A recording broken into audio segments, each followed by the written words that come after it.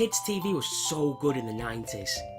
Nickelodeon sat upon a golden diamond-encrusted throne high above the masses, with instant classics like Sister Sister, Keenan and Kel, Hey Arnold, Ren and Stimpy, Real Monsters, and saving the best for last, Rugrats. Rugrats was a cartoon that featured 5 babies and their families. Tommy, the leader of the group, Chucky, the resident coward, Phil and Lil, the rough and tumble twins, and the bossy, self-centered Angelica. It was a wholesome family cartoon with fun adventures, well-animated episodes, and an instant nostalgic throwback style soundtrack. It also featured that classic 90s trope of adult humour being woven into the show, so there's something for the parents to enjoy. Now, on the back of the show's success, THQ released a Rugrats game that I always had fond memories of. My name is Ian, and today on To-Do List, we're looking at Rugrats, Search for Reptar. The game begins with a shot-for-shot remake of the original opening, which, in my opinion, is the perfect way to start this game. Because if your desired outcome is to create a playable episode of the Rugrats, creating a level of familiarity and immersion really completes the experience. It's polish like this that creates a lasting and fun game. Our story begins with Tommy searching for his Reptar jigsaw puzzle, but all of the pieces are missing. It turns out each piece is hidden around the house, which you receive for completing different levels. Now, this I like. Each level is a playable version of an episode from the show. This was a dream for me as a child. I could literally replay my favourite parts of the show, with cutscenes that are reanimated with top-of-the-line PS1 graphics. So, armed with sheer conviction, Tommy must search his home for levels and earn jigsaw pieces. The gameplay itself is quite varied.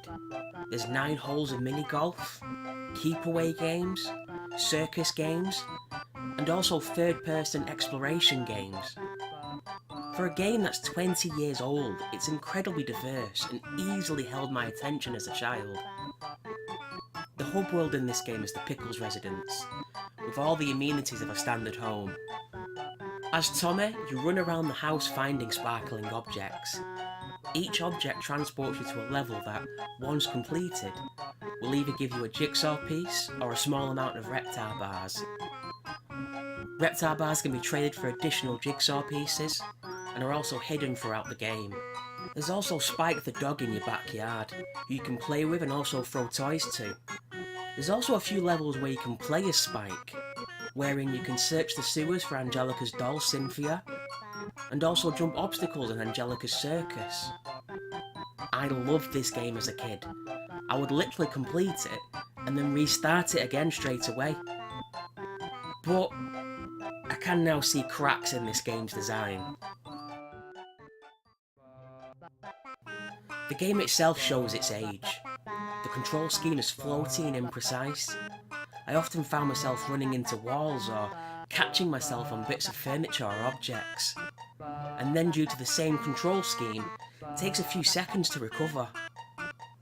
This might be a really nitpicky thing to point out, but when it's the 20th time it's happened, it starts to get grating. It's a constant stop in the flow. Then there's the camera. It cannot be controlled or manipulated, meaning it essentially does what it wants.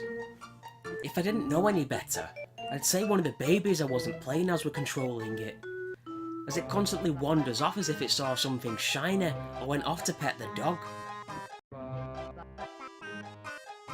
The environments in this game are childlike wonderlands, places you'd love to explore as a kid. A golf course with a giant mountain of multi-flavoured ice cream, a toy store at night surrounded by toys, an alien spaceship inhabited by strange creatures and robots, being in a mirrored universe meaning you can walk on your ceiling, and a destroyed grocery store while avoiding capture by the staff. They were well designed and well laid out for the time, but very short.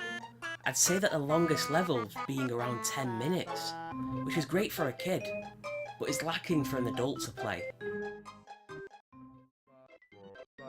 The sound design is one of the highlights of the game. We have the original cast from the series and also a musical score that elevates the experience. The musical style of Rugrats is very unique, and if you hear it, you know it's from the show. And the game perfectly encapsulates recreating the sound and the feeling of the Rugrats. It's not a long score, only having around 12 tracks in total, but they're used very effectively. It's not a very long game. In fact, it's less than 2 hours long. Some game tutorials are longer than this. It's like a buffet with lots of little nibbles to try, but you're always hungry because no bits are big enough to satisfy. But I am looking at this from an adult's viewpoint. It is a children's game, and when I played this as a child it felt days long. The childlike wonder and marvel of being able to wander around the Pickles residence and find Easter eggs with nods to the show, including a diagram of the Reptar wagon before even the Rugrats movie came out. So, I'm split on the review for this game. If you didn't watch Rugrats, I would avoid this game, as it doesn't offer anything for you. With the dated controls and camera, and lack of caring over the source material, there are more games worth your time in comparison. But if you watched Rugrats as a child, and had fond memories of it, then it's worth a play for nostalgia reasons. From the soundtrack and original voice acting, to the interactive episodic style of gameplay, I would give this game low priority on your to-do list, as it would offer a short, fun experience. Thank you very much for watching my Rugrats review today. If you like what you saw, please give it a like. I publish new videos every Friday, and if you want to see more, please subscribe and ring that bell to let you know when new videos are available.